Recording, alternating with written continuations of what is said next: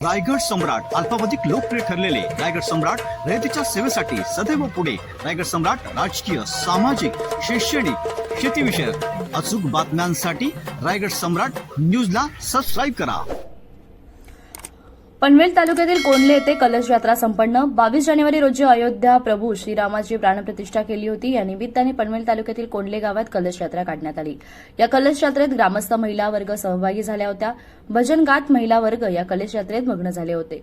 प्रभू श्रीरामाच्या घोषणांनी परिसर दुमदुमून गेला होता. तसेच डोक्यावर तुळशी कलश घेऊन महिला वर्ग नाचत होते. यावेळी अनेक ग्रामस्थ उपस्थित होते.